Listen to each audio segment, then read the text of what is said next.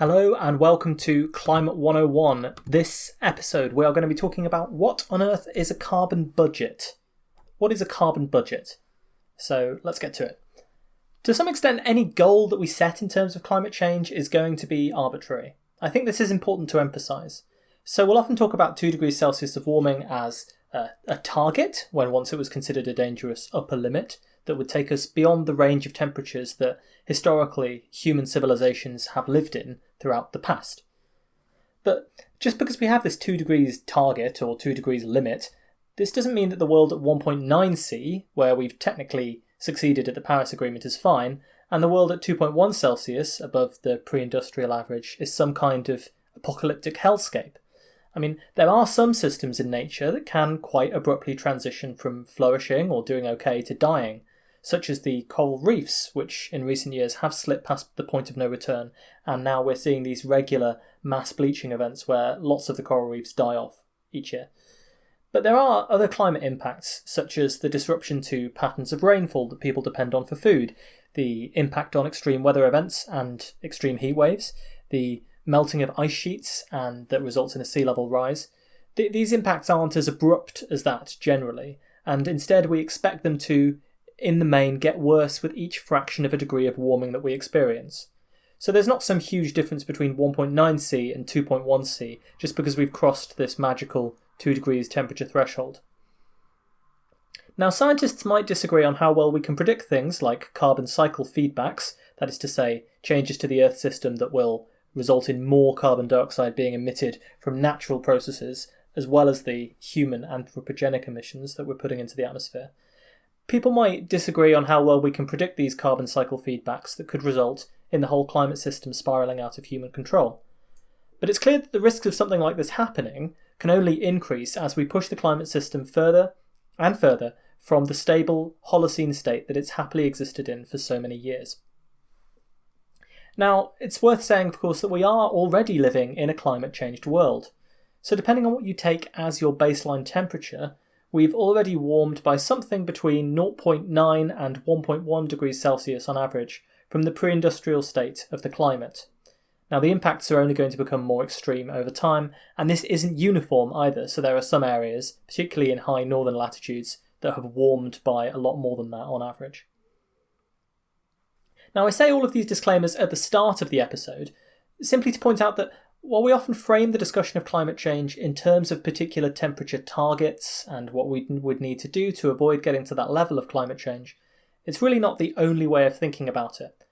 And I think it's important to stress that the reality is, if we exceed one of these temperature targets, if we go above 1.5 C of warming or 2 C of warming or 2.5 C of warming, whatever it may be, it will still be worth doing all we can to decarbonise as rapidly as possible and stop emitting carbon dioxide and avoid further warming in the future.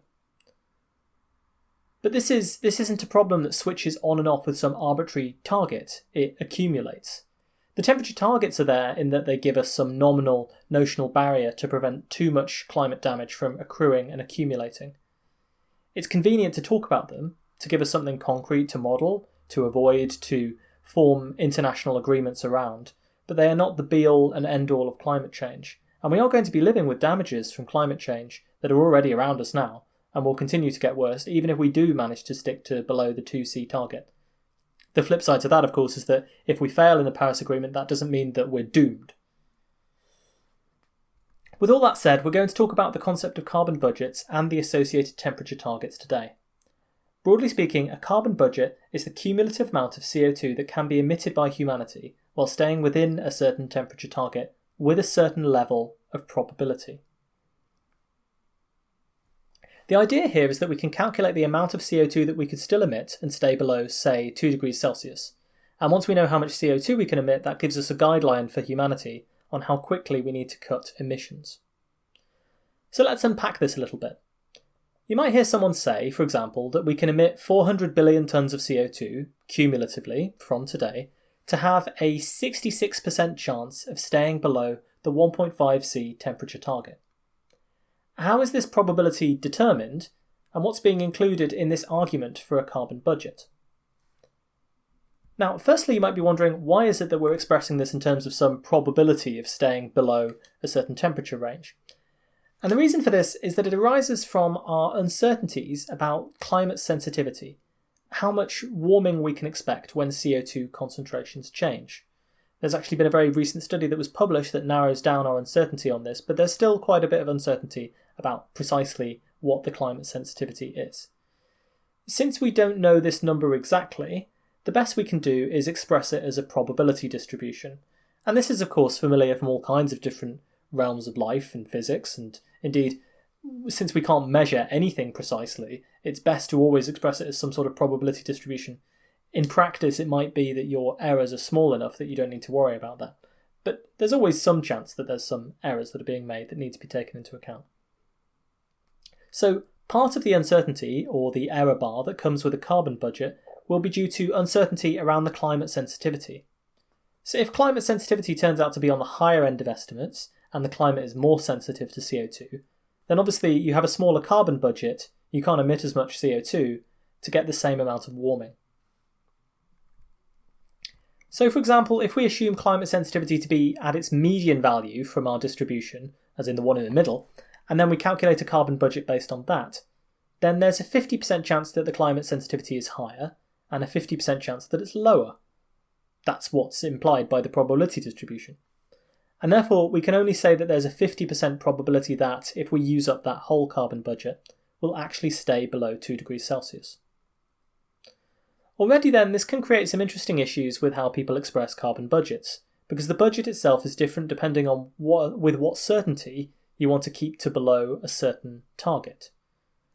So for example, the IPCC's special report on 1.5 degrees Celsius, which came out in 2017, it gave a few different most likely carbon budgets for different levels of warming. They said that the carbon budget with a 66% chance of avoiding 1.5C was 420 gigatons of CO2, and the carbon budget with a 50% chance of avoiding 1.5C was 580 gigatons of CO2. So it's 420 or it's 580, depending on what probability you want to have of avoiding that temperature target. So that said, one of the first things that people like to call into question here is what's meant by setting a target. If you have made a pledge to avoid 1.5C of warming, is it enough to take actions that only result in a 66% chance of avoiding 1.5 degrees Celsius? Or 50% so that you're more likely to avoid that warming than not? In many walks of life, promising a 50-50 chance or a 66% chance that you will meet your goal or target is not especially convincing. But if you want to be more stringent, and insist that your budget would result in, say, a 95% chance, almost certainty, that you won't exceed the 1.5C of warming, then you're going to have a much, much smaller carbon budget to account for the small chance that the climate is much more sensitive than we estimate it to be on average. Incidentally, the carbon budgets in the 1.5C report are the main source of the frankly kind of misleading 12 years to save the planet claim that was widely reported as the headline conclusion of that report. You've probably seen headlines about this. It was a meme that went around the internet a lot about climate change. Now, this claim, as far as I can tell, seems to have been reached by people dividing the 66% budget of 1.5 degrees Celsius by the annual emissions of CO2 at the time, which were about 36 billion tonnes of CO2 a year. If you divide those two numbers together, you get pretty much exactly 12 years. But obviously, this is really an overly simplistic message to come out from the report, and one that I think is in fact too simplified to be that useful, and far more likely to confuse and mislead. For a start, that 12 years assumes that emissions don't change. If they increase, as they have done in pretty much every year except for 2008-9 and the new COVID crisis, then if they increase, then you have less time, because emissions are higher than they were at the start of the 12 years. If they decrease, though, rapidly, due to climate policies that are designed to reduce them, then you have longer than 12 years. And this meme of just saying 12 years to save the planet, etc., it doesn't contain enough information. 12 years to do what? Say emissions are basically constant for 12 years. Then we know that 1.5C is very likely to be exceeded. That's bad, but it's not the end of the world. It's not like there's suddenly no point to climate action after 12 years, because we still want to limit the damage from climate change as much as possible. However, if emissions really are the same in 2030 as they were when the 1.5C report was written, obviously we're finding it hard to cut emissions. And if that's true, then since emissions aren't going to drop suddenly to zero in 2031, the final temperature is much more likely to be a lot higher than 1.5C. Even if we started cutting emissions straight after that, the time it would take to get to net zero would guarantee further warming coming down the pipeline in future. So the 12 years to save the climate slogan, which I've seen in some truly ridiculous forms by people who don't really care about getting the science right, including 12 years of habitable climate, 12 years to save humanity, 12 years until the point of no return when feedback loops kick in and take the climate out of our hands, that was from Big Think, or 12 years to stop climate change, Metro. I mean, this slogan is a massive oversimplification and it's not close to what the report actually said. It's misleading because, again, it gives the picture of the world dropping off some horrendous cliff in 12 years' time unless we do something, which is simply not what's going to happen. Now, I understand people's desire to create a sense of urgency around some certain time frame, but I don't know how effective it is at getting people to take action. Because what if people decide, oh, well, we've had 5, 10 of our 12 years, or so obviously we haven't taken action, so there's no hope for us now. Or what if alternatively people say, I keep hearing these deadlines, you say it's 5 years, you say it's 10 years, you say it's 6 months. What is it? It sounds like a false threat if it's made repeatedly. I don't think it's an effective method of getting people to take action by putting this time frame in place. The truth is, though, that the situation is very, very urgent because clearly 12 years is the first goal of the Paris Agreement would be missed if we kept our emissions constant for 12 years. And that was a couple of years ago that was announced, so we've really only got a decade during which to massively cut emissions if we want to satisfy the Paris Agreement, which is a more full way of stating what they had said. But then what you're actually saying when you do that sort of framing is you're including the fact that we need to cut emissions significantly, as in global CO2 emissions need to fall by 20, 30, 40, 50, 60, 70% in the next decade for us to have a decent shot at 1.5 degrees Celsius. So the reality is really that if we want to keep to below 1.5C, we really don't have any time to lose at all.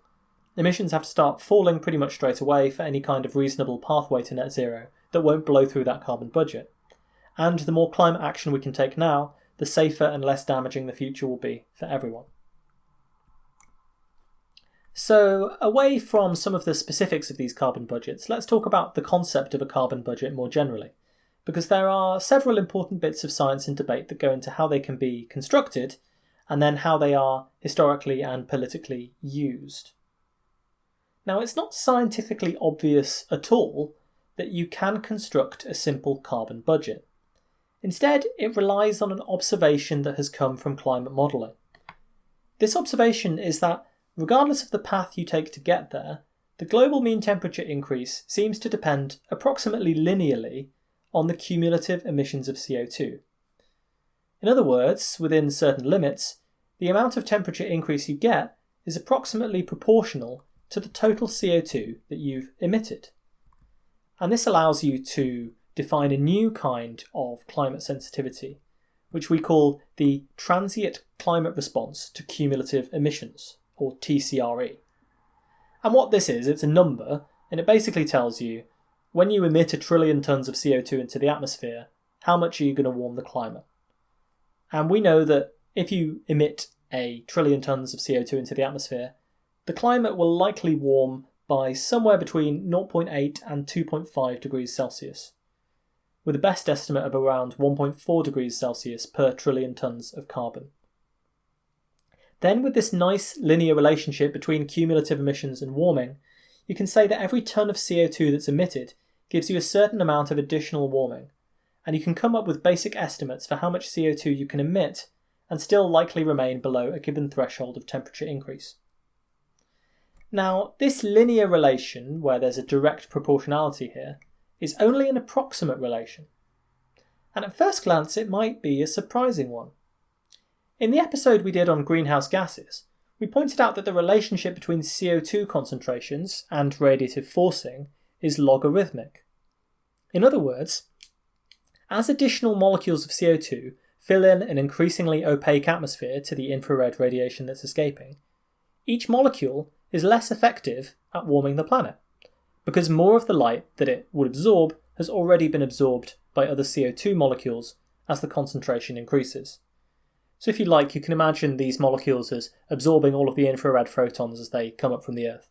And as the atmosphere is getting more and more packed with these molecules, the chances that your photon has already been absorbed by a molecule increase, and so adding more molecules eventually is less effective at trapping the heat.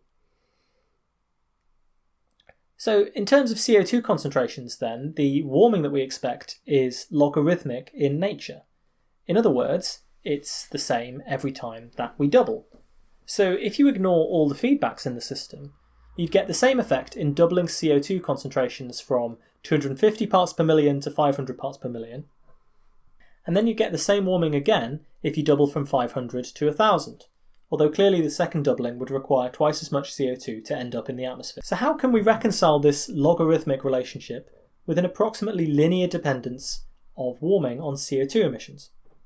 Now the answer does come from modelling, where these trends were first observed across a different range of models around 2010, leading to the development of the TCRE and carbon budgets.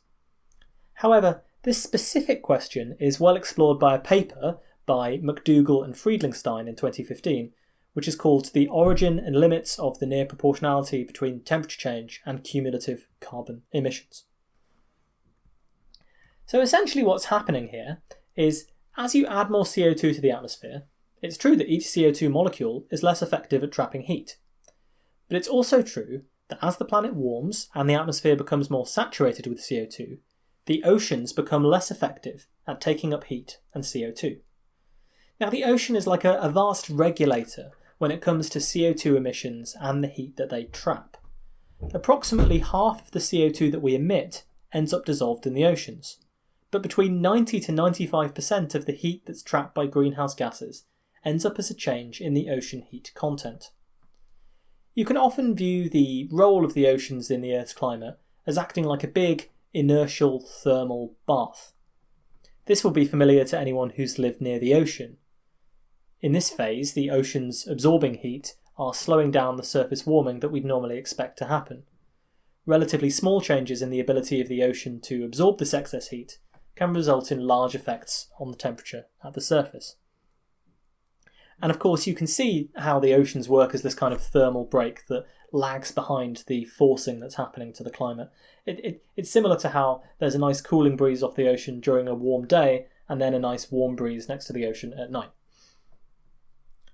In models then, it has been observed that under a wide range of different conditions, under a range of different modelled scenarios, the temperature does end up being roughly proportional to the cumulative CO2 emitted, regardless of the pathway that you took to get there. And this is likely due to these two effects compensating and cancelling each other out. The extra CO2 is less efficient at warming, but then the oceans have a diminishing ability to absorb the heat and CO2 that we're producing as we emit more. And that results in a larger fraction of that heat changing the surface temperature that we experience, and the result is that the total surface temperature change that we get does end up being approximately proportional to the total CO2 that we've emitted. So now to bring in the caveats. This is only true within certain limits. If we emit more than 2 trillion tonnes of CO2, the relationship does start to break down. If climate carbon feedbacks start to become more important, in other words, if the natural emissions of CO2 from feedbacks such as forests dying off in the heat or methane being emitted when permafrost melts, then this relationship also breaks down, because the emissions aren't just coming from us, they're now coming from the planet as well. And so in that case, you can see that the linearity is not going to work so well. And one major thing to point out is that this ignores all of the non-CO2 ways in which we influence the climate, both regionally and globally. So for example, changing the albedo of the surface by cutting down forests and melting ice caps, emitting aerosols that interact with clouds and reflect additional sunlight to space, having a cooling effect, and also all of the non-CO2 emissions of greenhouse gases like methane and nitrous oxide, which have an impact on the climate. Now, the general argument when it's presented is that this is a CO2 only budget.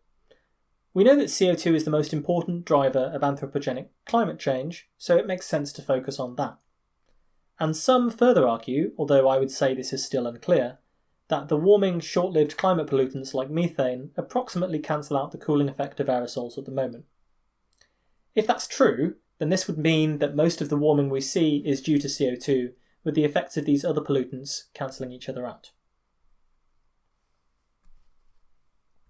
That may be true, of course, but it does make the carbon budgets a little bit misleading. If we actually look at the trends that are taking place on Earth at the moment, and we might expect for the future, there's no reason to expect that cancellation to continue into the future. As Europe got wealthier, it instituted a lot of air pollution laws and substantially reduced the amount of aerosols that are emitted into the atmosphere due to their harmful health effects. This was also helped, of course, by Europe offshoring a lot of its industry to other parts of the world. Now, we might expect something similar to happen in China and India, as air pollution restrictions become tighter to reduce the urgent health issues associated with smog. We know that this is a big goal for both of the governments there. This will reduce aerosol pollution, and therefore reduce the cooling effect associated with those aerosols. Don't get me wrong, it's urgent to do this. Air pollution leads to 1 in 6 premature deaths globally according to the UN, and it's frankly an international disgrace that we allow companies to pollute the atmosphere with such impunity and exacerbate health conditions for so many people. At the same time as aerosol emissions will likely reduce, though, it seems natural gas is only going to become more popular as countries move away from expensive coal. And in addition, as more and more people become wealthy enough to demand meat, the methane emissions from agriculture are only likely to increase. So to me at least, it seems most likely that the methane emissions will continue to increase in the near future, while aerosol emissions will decline. And this means that the net effect of non-CO2 will be towards short-term warming in the future. If this turns out to be true over the next few decades, then it means that we could easily exceed the 1.5C temperature target well before the 1.5C carbon budget is used up, and indeed some people argue that we may be close to exceeding it already. Carbon budget purists would argue that this would only be temporary, and if we could get a hold on the short-lived climate pollutants, we could return back under 1.5C relatively quickly, compared to the case where we've exceeded 1.5 due to CO2, and would then need negative emissions of CO2 to return to below 1.5. That is true, but since getting a hold of methane emissions means massive reforms in agriculture and other sectors, it's not clear that it will be all that easy. After all, if we wanted to zero out methane emissions tomorrow, we'd have to find some way of replacing all of our natural gas that we use, and we'd probably have to kill a lot of cows as well. This is the source then of one of the debates surrounding carbon budgets, and what it means to actually exceed a temperature target. Is a temporary overshoot allowed, providing we get temperatures back below 1.5C before the end of the century, as is the specification of the Paris Agreement, where the temperature goals refer to the end of the century only? What is the definition for surface temperature, anyway? Because depending on which dataset you use for surface temperature, it can be a different number, based on how much you weight different regions and compensate for imperfect measurements. And similarly to this, temperature increase relative to what? What are our goals here? What is the pre-industrial? What is the baseline? There are arguments over whether to define the pre-industrial era as the few decades surrounding the 1800s, where we know that human influence on the climate was minimal, but our measurements are also pretty bad, or whether to use a more near-term baseline for warming. Naturally, because this changes the definition of 1.5C of warming, it also changes the carbon budget that we have left. And indeed, it was changes in what the definition of temperature increase meant which changed the carbon budget between the last big IPCC report and the latest one. The AR5 report, which was before the special report on 1.5C, had a much smaller carbon budget than we are currently using due to all of these different changes in definition. Carbon Brief, in its article on carbon budgets, summarises the causes behind some of these disagreements in the following way.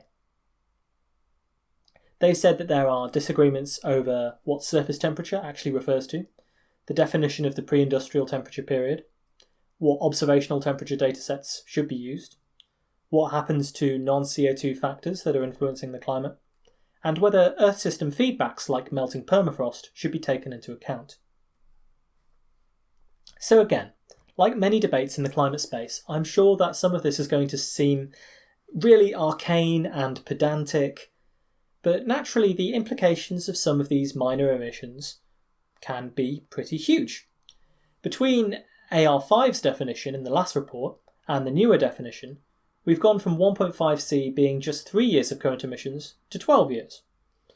In other words, 1.5C goes from a hopeless target to something that one can just about dream as being attainable with unprecedented massive international action to cut emissions, just based on the definitions of the budget.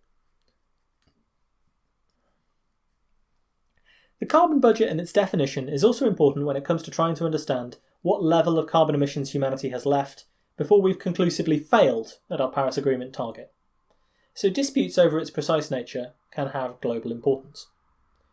Personally, knowing a few of the people involved, I feel like there was some movement in the 1.5C report to try and come up with a way of defining the carbon budget that made the target still seem achievable to spur policymakers into action by saying that we can still reach 1.5. After all, the whole report was about the differences between 2 and 1.5, and what we would lose by exceeding Paris's first aspirational target of 1.5. So to investigate all of that, and then to say that 1.5 is impossible, would maybe be too depressing a conclusion for the report to reach. Even though, to all intents and purposes, barring something quite astounding, I think most people would agree that 1.5 is unreachable. Similarly, people can choose much smaller carbon budgets and more pessimistic definitions of temperature if they want to make a different argument. It's almost as if the idea of a carbon budget and temperature targets aren't really doing what they were supposed to. They're not actually getting people to agree on what we need them to do and what we need to do as a species, because of all the leeway and flexibility that remains in interpreting and defining them. But this is just my opinion now. And sadly, estimates for carbon budgets are still a little bit all over the place. For example, we quoted the carbon budget from the IPCC report, which gives us a 66% chance of staying below 1.5 as 420 gigatons of CO2.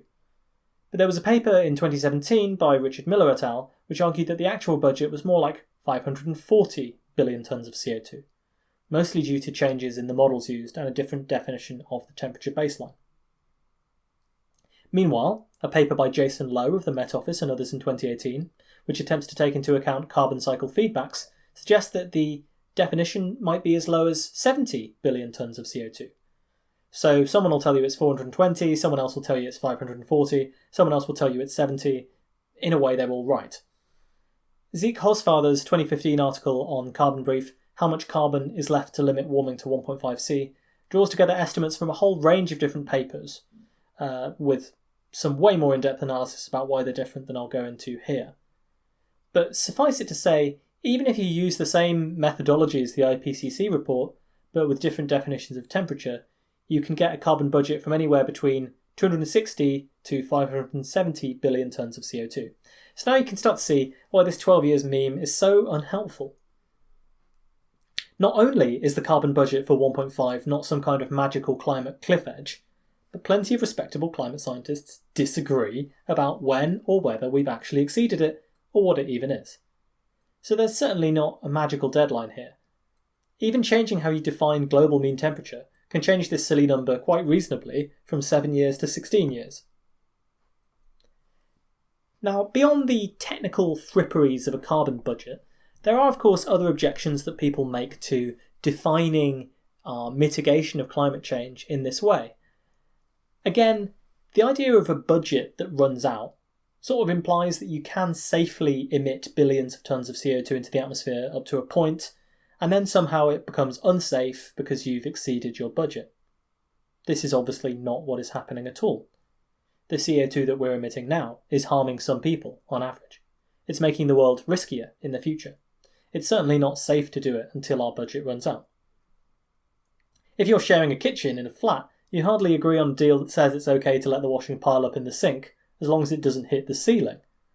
But there is a concern that there is this permissive aspect to carbon budgets. Now, one key point that's worth noting in this is how, over the years, the idea of temperature targets for climate change have been changed and corrupted. The idea of a carbon budget for 2 degrees Celsius implicitly suggests that we can, and probably should, spend all of that budget to get there. We don't want to go over budget, but spending it on things as we try and cut our emissions is fine. And so 2 degrees Celsius has gone from a dangerous upper limit for climate change when it was first introduced, one that takes us well outside temperatures that the human race has ever experienced, into suddenly some kind of goal that we're aiming to hit by spending our carbon budget. And unfortunately, you see things like this all over the place when it comes to climate politics, I suppose, more than climate science, where the expectations and hopes that we had 10, 20, 30 years ago have all fallen down the wayside in the wake of our relentlessly increasing emissions in the preceding decades. And of course also the presence of negative emissions technologies in so many IPCC scenarios. Basically this idea that's become so pervasive now that we will just suck loads of CO2 out of the atmosphere at the end of the century with technologies that are yet to be deployed at scale. This obviously completely blows up the idea of a carbon budget. It's like you can now loan money from yourself in the future, if you want to keep the analogy of a budget going. If you allow yourself to imagine that you'll suck 10 billion tonnes of CO2 out of the atmosphere at the end of the century, and the only thing you care about is the cumulative emissions of CO2 by the end of the century, you can argue that it's still within budget to emit that CO2 now. You're expanding that budget by borrowing loads of CO2 emissions from the future, which you trust they'll be able to pay back with negative emissions later on. Now you can imagine how attractive this policy of prevarication is towards economists with their models with economic discounting, which always argue that money today is worth more than money tomorrow because the economy will just carry on growing forever, and so you may as well invest your money today and get more tomorrow than spending it now. And you can also imagine how attractive it is to the politicians, who can kick the job of cutting emissions down the road to someone who'll be in office a few decades later. They can say, well, really the problem is in inventing these technologies that can suck CO2 out of the atmosphere and not changing our behaviour today. So, negative emissions and the increasing dependence of the world on imagining them to meet the more stringent climate targets also blow up the concept of a carbon budget. And of course we'll have to have another episode all about negative emissions. Probably several, because it's a topic I can really rant on, as you may already be noticing. Having spent nearly the whole episode then, explaining all of these disputes surrounding how valid it is to define a carbon budget, let's talk about the implications for what we think the budgets are, and for this we'll just use the IPCC report ones. That 1.5C budget was 420 gigatons of CO2 in the 1.5 report from the start of 2018. In 2018 and 2019, global CO2 emissions were about 40 billion tonnes a year. Now I wrote this in June 2020. COVID-19 means that predictions for what CO2 emissions have been for the first half of this year are probably wrong, so I'll just go up to the start of 2020. So from the start of this year, we had 340 gigatons of CO2 left in the 1.5C budget. Now collectively, since 1750, humanity has emitted around 1.5 trillion tonnes of CO2, or 1,500 gigatons of CO2, according to Our World in Data. To date, around 350 billion tonnes has been emitted by the EU 28 countries, 450 by North America, 450 by Asia, and so on. In other words, if we want to stick to this 1.5C budget, then we have already emitted 82% of the CO2 that we can ever allow ourselves to emit as humans. And our emissions are higher than they've ever been, so we're chewing up the tiny 18% remainder of that budget faster than ever before. It's not looking good. The budget for 2 degrees is substantially higher, it's worth saying, around 1,100 billion tonnes of CO2 after the last 2 years. So that would amount to around 26 years of current emissions to have a 66% chance of staying below 2C of warming. Arguably then, this target is a little bit easier to achieve.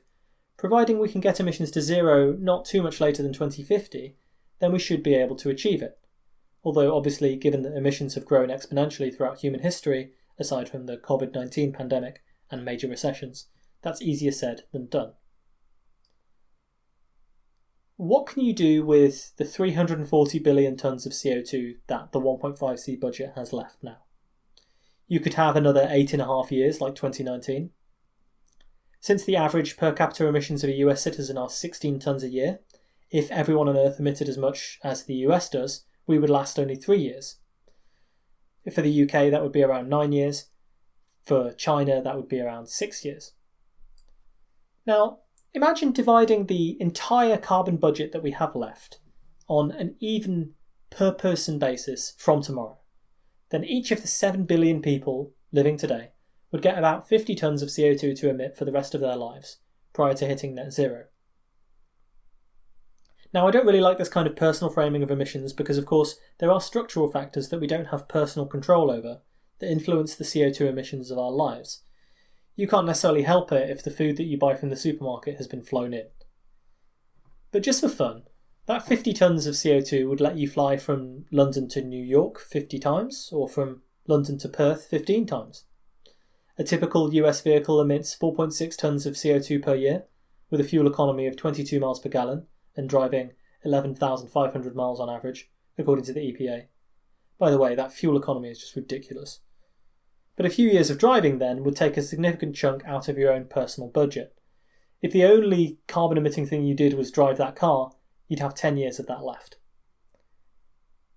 When you look at this then, you can see why we haven't done the obvious thing. Naively, you might think that the idea for calculating a carbon budget might be to say, okay, this is the total CO2 that we can emit before exceeding the Paris target. Let's find some way of dividing up that remaining budget between every country, or even every person, and we can all be sure that we do our bit not to exceed it. Maybe then the Paris Agreement would involve binding targets on each country, so that if they did exceed their share of the carbon budget, they would have to be responsible for sucking CO2 out of the atmosphere. Or maybe they could trade permissions with countries that have successfully cut their emissions faster. So now there's an extra financial incentive for countries that can to cut their emissions more quickly. Then we'd be treating the remaining permissible CO2 emissions for what they are, a scarce resource. But you can see immediately why people have decided that this would be a total non-starter. Not only would people end up horribly squabbling over how to fairly allocate the budget by population, by GDP, by the nature of the industries that are dominant in that country. Do you take into account that some countries have economies that massively depend on fossil fuel exports? Should developing countries get a larger slice of the pie as they focus on economic growth and the health of their citizens, and because they're less able to invest in decarbonisation than wealthier countries? How do you account for the fact that China emits CO2 producing products that are ultimately consumed in the West? What do you do about international aviation and shipping? Do you share their emissions evenly between the destination of the ship and the source of the ship? But there would also be incredible squabbling over how to actually define the budget. I mean, these different ways of interpreting it that we talked about would become way more political than they already are. Imagine if your definition of a temperature baseline was the difference between you being able to drive your car for 3 years or 20. You can suddenly see why that's such a big deal. It would also probably lead to regulations so stringent that most countries simply wouldn't sign up to them. And that is essentially, unfortunately, why this hasn't been done. Then you're left with this fundamental and depressing irony in the middle of action on climate change. Everyone says that they're committed to the Paris Agreement. But the Paris Agreement is voluntary, and the amount of action that you agree to take is voluntary. You set it yourself. So no one is telling you how their actions actually add up to achieving the Paris Agreement. No one is telling you what slice of the remaining carbon budget they're willing to take, and no one is credibly demonstrating how they will reduce their emissions to stay within their slice, or making a coherent argument that the slice of the pie they're taking is fair. So all of the countries in the world, with a couple of exceptions, have agreed to do something, but they haven't on earth agreed on a plan that adds up to doing what they're saying they'll do. And that's a problem. So let me take my favourite example here for a second, the UK. Now, the UK is one of the few countries that has legally binding carbon budgets based on the Climate Change Act in 2008 for each 5-year period. Although these budgets haven't yet been updated, and the Independent Committee on Climate Change says we're not on track to meet some of the more stringent ones, we can still look at them and determine how large a slice of the carbon pie the UK's own internal climate targets allocate to itself. Now, it's a bit hard to be precise here because the UK recently changed the law so that the goal is now net zero by 2050, and that's an improvement on what it was before, where we were only planning to reduce by 80%. However, the more recent carbon budgets have not yet been updated to reflect this, and the ones up till 2032 are already set in law. So what I assumed is that only the ones after 2032 will be updated, and that CO2 emissions there will linearly fall to zero by 2050 from 2032. And if you take that into account, then it shows that the UK's legislation allows it to emit around 9.3 billion tonnes of CO2 from 2018 until net zero. So the UK's legislation has effectively allocated us with 2.2% of the world's remaining carbon budget for 1.5. This is despite the fact that we have just 1% of the world's population. Interestingly, we amount to almost exactly 2.2% of the world's GDP, so I wonder if this is a coincidence or not. I'm actually told by people who are involved in setting these targets that they came up with various different measures for how you could equally divide up the carbon budget, and then they sort of picked one that was in the middle of those. I don't know the details of that process, but if someone listening does, then do tell me. If this is not a coincidence, and those in charge are consciously working towards this idea that a fair share is basically allocated by GDP, then you do have to ask about the questions of fairness and equity implied here. The UK's GDP is about on a par with that of India. India are probably overtaking the UK in GDP as I write this. So allocating future emissions out to 2050 means that the 70 million people of the UK get a pass to emit as much as 1.4 billion people in India. You can definitely argue about whether that is fair. And given that the UK has some of the most stringent climate targets in the world, and is generally considered one of the leading countries in mitigation compared to a lot of other countries, you can see the issue here. Even one of the developed countries that is good on climate, and has been pretty successful so far, although there's many flaws, but pretty successful so far, we're trying to take an arguably unfair slice of the pie for 1.5 in our rules, and this is a lot more stringent than many other people are willing to be. It's hardly even possible for me to work out what many other countries are intending to take as their slice of the pie in this world where we try and tackle climate change by dividing up the carbon budget, because a lot of people's plans aren't coherent enough to have any clue what they are intending to do. They don't even have legally binding targets, so it's not clear what they'll eventually emit. You could estimate it by taking countries that have net zero targets and assuming that their emissions reduce at a constant rate to get there, but I haven't done that for this episode. So what have we got to say on carbon budgets? Although they aren't ironclad, and never will be, they can illustrate, in cases like this, where current policies are unfair, lacking, or incompatible with the Paris Agreement on the world stage. They can tell us, given that we know how much carbon we have left to emit before we've broken the Paris Agreement, how rapidly we have to decarbonise, and they can give policymakers some guide on how much money they should spend on this if they want to reach the Paris Agreement goals. So this concludes the episode on carbon budgets, what they are, how they can be defined scientifically, how they influence climate policy, how it's possible to spend hundreds of hours arguing over their precise definition, why they should be taken with a grain of salt, and what they can tell us about how much CO2 we can emit to stay below a given level of warming. They are a useful tool, but don't let them, or misleading framings around 12 years left to save the climate, distract you from the simple message. The faster we act on climate, the less damage there will be, and the less dangerous things will be in the future. We know that acting on climate will save us vastly more money in the long run than it will cost us to fix the problem. We know that it will save lives and prevent environmental disasters from damaging the lives of millions of people around the world. We know that the consequences of failing to act will end up being disastrous, disproportionately impacting the most vulnerable, and making life in the future and for future generations far worse than it otherwise could be. We know that many of the measures we can take will result in a more sustainable, cleaner, healthier society. We know that in the midst of a Great Depression, there's a lot to be said for having a big, collective investment project to work on, to stimulate the economy and to give people something useful to do if they're unemployed. And we know that doing so will wean us off fossil fuels that will eventually run out, with volatile prices, other nasty health side effects, and geopolitical tensions being fought over the supply. So, Budget or no budget, what are we waiting for?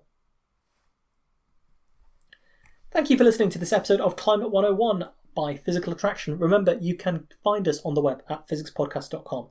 There you will find the contact form. I talk about it all the time. There's a contact link in the top right-hand corner of that page. You can talk to us. Let us know what you think about the episode. If you have any comments, questions or concerns, specifically given that I'm doing this series on climate change, I really want to know what people think of how I'm explaining this topic, because we're going into some quite sordid details here, a lot more detail than I go into in topics that aren't my field of specialty. So are you finding it interesting? Are you following along? What would you like to know? What are the most important things that I really want to be a resource for you guys to answer your questions about climate change and any questions that come up from listening to these episodes as much as I possibly can. So do send those in via the contact form. There are plenty of other things you can do to help the show. You can review us on your podcast app of choice, iTunes, whatever it may be. That always helps. Get some nice reviews for people finding the show. You can recommend the show to your friends, to people who may be interested as a learning resource for climate change. I would really appreciate that if anyone is looking to educate themselves on this topic. You can engage with us on Twitter. We're there at PhysicsPod. We have the Facebook page, Physical Attraction. We're also managing at the moment this Science Podcasts Facebook group, which has lots of other science podcasts there. It's a good network of people, so do get involved with that if that floats your boat. There are also options for you on the website to donate financially to the show if you want to support us and help us keep going. There's PayPal, there's Patreon, the bonus episodes are all there. You can subscribe and you won't be charged until we release another bonus episode, which will probably be ages, so you'll get a bonus episode for free due to the fact that I don't understand how Patreon works properly. And of course the most important thing, as ever, is to tell other people to listen to the show if you would like to. We are a small community here.